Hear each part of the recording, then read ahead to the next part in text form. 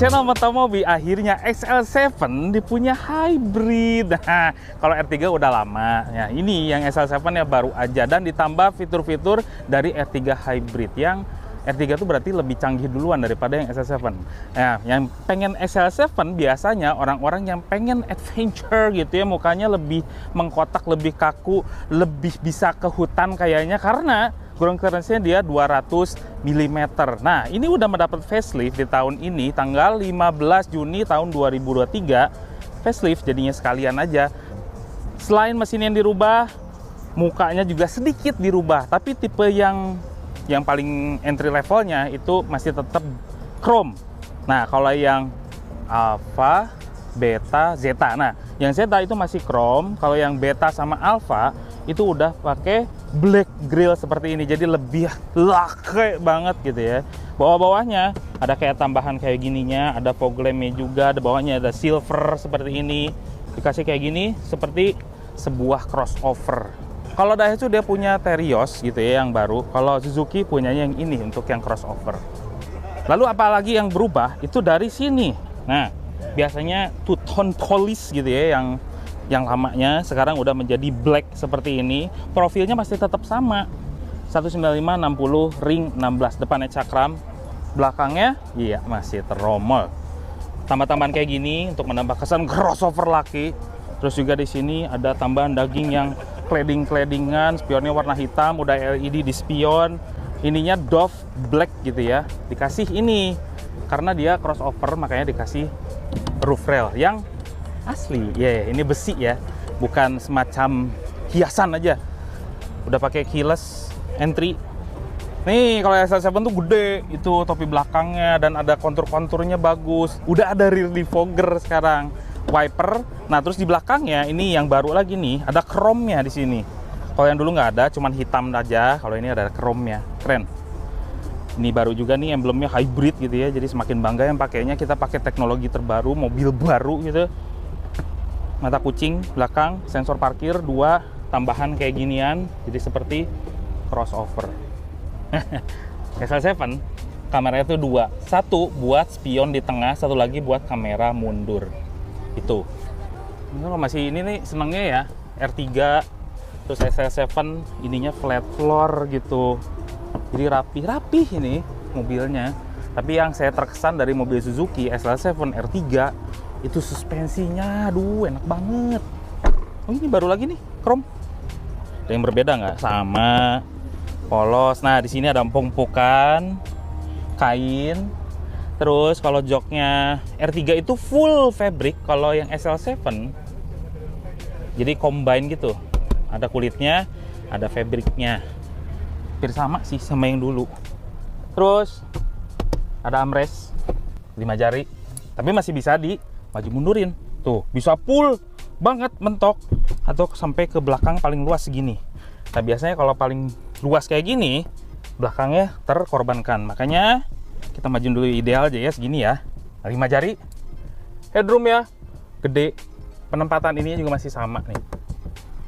Pengen tahu kayak gini idealnya di row 2, di row 3-nya kayak gimana?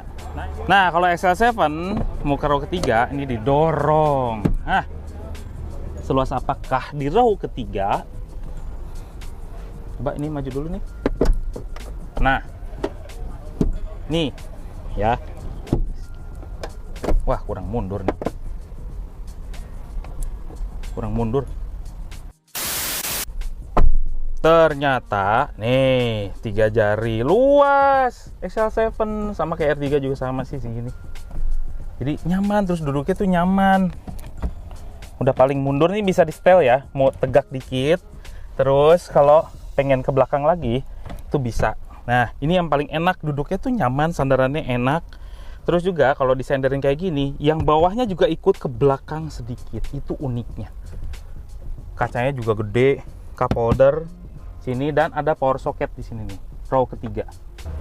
Nah, ada keyless entry ya. Jadi kursinya tuh mirip seperti R3, saya supportnya oke. Terus combine sama kulit seperti ini. Kuncinya mirip R3 juga. XL7. Jadi ini ada biru-birunya ya.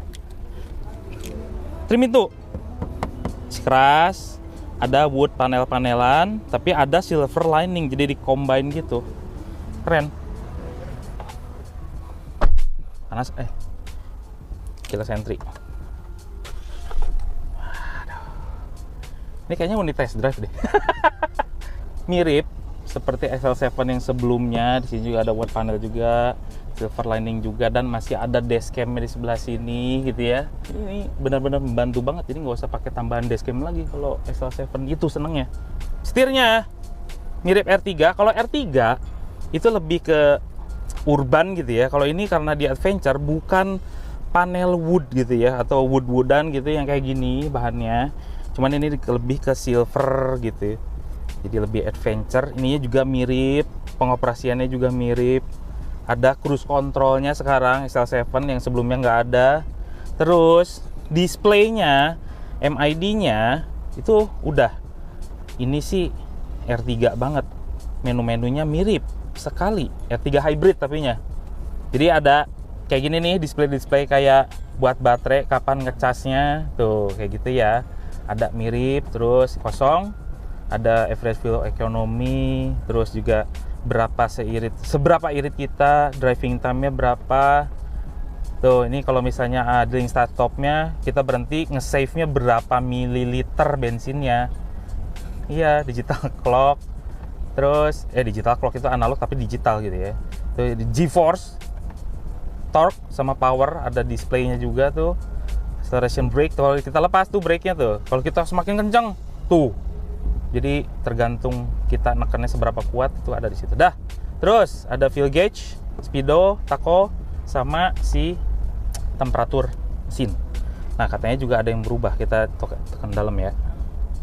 Settingannya ada yang mirip nggak? Ya, pasti sama.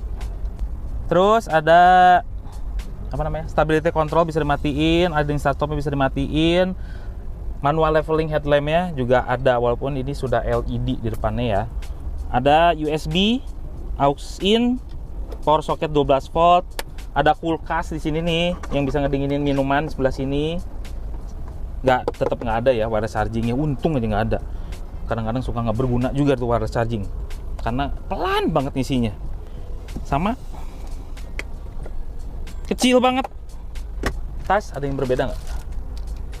Sama kan kayak R3. Yang kelihatan sih ini dashcam. Ini yang membedakan sama R3 ya. Cruise control juga belum ada yang dulunya. Dah. Sama-sama aja. Terus ada Twitternya. Retract sekarang katanya baru. Sudah retract juga nih. Cobain. Iya, mesin. Nah, ini yang paling beda dari XL7 yang terbaru itu dari mesinnya. Sekarang pakai mesinnya yang R3 hybrid, masih K15B. Kalau yang Vitara itu K15C, yang ini masih B-nya. Jadi hybridnya sedikit lebih ketinggalan daripada Grand Vitara. Tapi ini pun mesinnya luar biasa irit karena di rumah kami itu pakai R3 yang hybridnya. Nah, ini dia punya tenaganya sama mirip dengan yang R3, settingannya juga mirip. Tenaganya itu 104,7 PS dan torsinya adalah 138 Nm yang disalurkan ke roda depan, dan transmisinya torque converter biasa 4 speed. Jadi Suzuki itu nggak mau banget pakai CVT gitu ya. Tapi ya irit untungnya gitu. Pengen dicoba, coba nggak sih? Bisa ya? Oke, kita coba. Baterainya sebelah mana? Karena ini adalah mild hybrid, ada di sini. Nih baterainya di sini. Di dalam sini. Jadi ini kalau yang di sebelah sini kan lebih enak masuk kakinya kalau di belakang. Kalau ini kepentok sama ini sedikit. Nah, ini katanya garansinya adalah 8 tahun. Jadi jangan khawatir kalau beli baterai-bateraian atau itu masih males masih pakai elektrik males Enggak, ini 8 tahun garansinya, iya. Beneran. Ya, tilt steering belum teleskopik juga. Duh, sayang. Padahal teleskopik tuh membantu sekali. Nah, kan ada dashcamnya gitu bunyi. Nih, tuh kebagi dua. Depan di sini belakang. Keren. Kalau dimatiin jadi spion biasa. Ini inovatif ini. Nyatu sama dashcam juga. Dan jernih lagi, bagus. Kamera belakangnya tuh sama resolusinya dengan R3. agak burik sedikit, cuman masih kelihatan lah. Enaknya R3 lagi. Enaknya SL7 ya. Setirnya tuh enteng. Terus halus banget loh. Ini yang namanya R3 gitu ya. Kalau K15B transmisinya tuh halus banget. Perpindahan giginya nggak kerasa kayak pakai CVT, padahal dia 4 speed biasa aja. Ya, kita coba suspensinya, guys. Empuk suspensinya. Nah, kita bisa ngatur volume juga dari sini. Terus juga speakernya nggak malu-maluin banget. Enak-enak aja, bassnya keluar, cuman treble-nya kurang sedikit. Nah, kita coba nih SL7.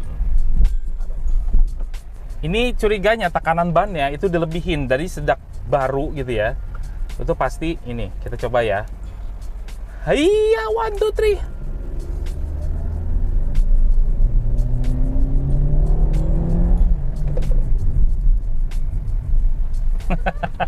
Yang di belakang sampai terguling. Akselerasinya mirip-mirip sama K15B yang pernah keluar di R3 juga, sama mirip banget.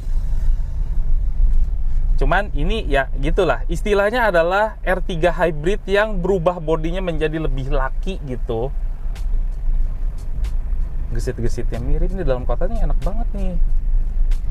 Kan cukup gesit dan compact. Kita keluar aja gitu ya ke kantor.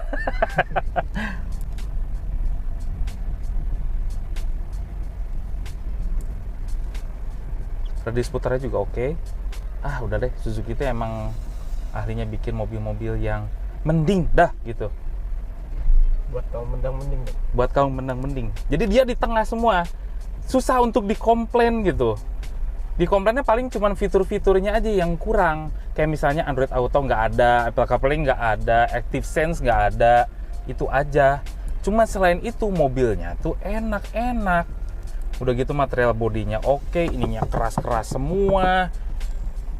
Susah untuk dikomplain kalau Suzuki itu. Kecuali ya yang itu, yang semacam kopi. Itu juga karena bentuknya, padahal dipakainya juga enak-enak aja sebetulnya. Cuman karena ya orang Indonesia rata-rata senangnya tuh masalah desain dulu ya. Baru jadi kayak cewek gitu. Dari mata turun ke duit, iya. Ini kan kita lagi nunggu ya, RPM-nya mati tuh di 0 sama sekali. Kita angkat gas, langsung nge-starter. Dan starternya tuh nggak gitu, nggak ada suaranya. Dia persis kayak motor Vario gitu ya, yang nggak ada suaranya kalau di starter. Nah ini kan udah ada fitur hot control gitu.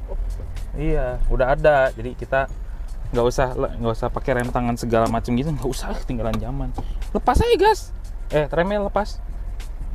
Nah dia 3 detik menahan mobilnya supaya kita ada waktu untuk pindah ke pedal gas gitu. Jadi fitur-fitur basic gitu ya udah ada semua di SL7. Fitur-fitur basic modern ya. Seng A udah puas, nanti aja long term mudah-mudahan Om Mobi yang nyobain apakah ada perbedaan dengan yang lamanya atau beda dengan R3, kita juga nggak tahu. Dah, Overall, mengenai Suzuki XL7 yang facelift, cocok untuk Anda yang menginginkan mobil yang irit bahan bakar dan ada sedikit aura crossover.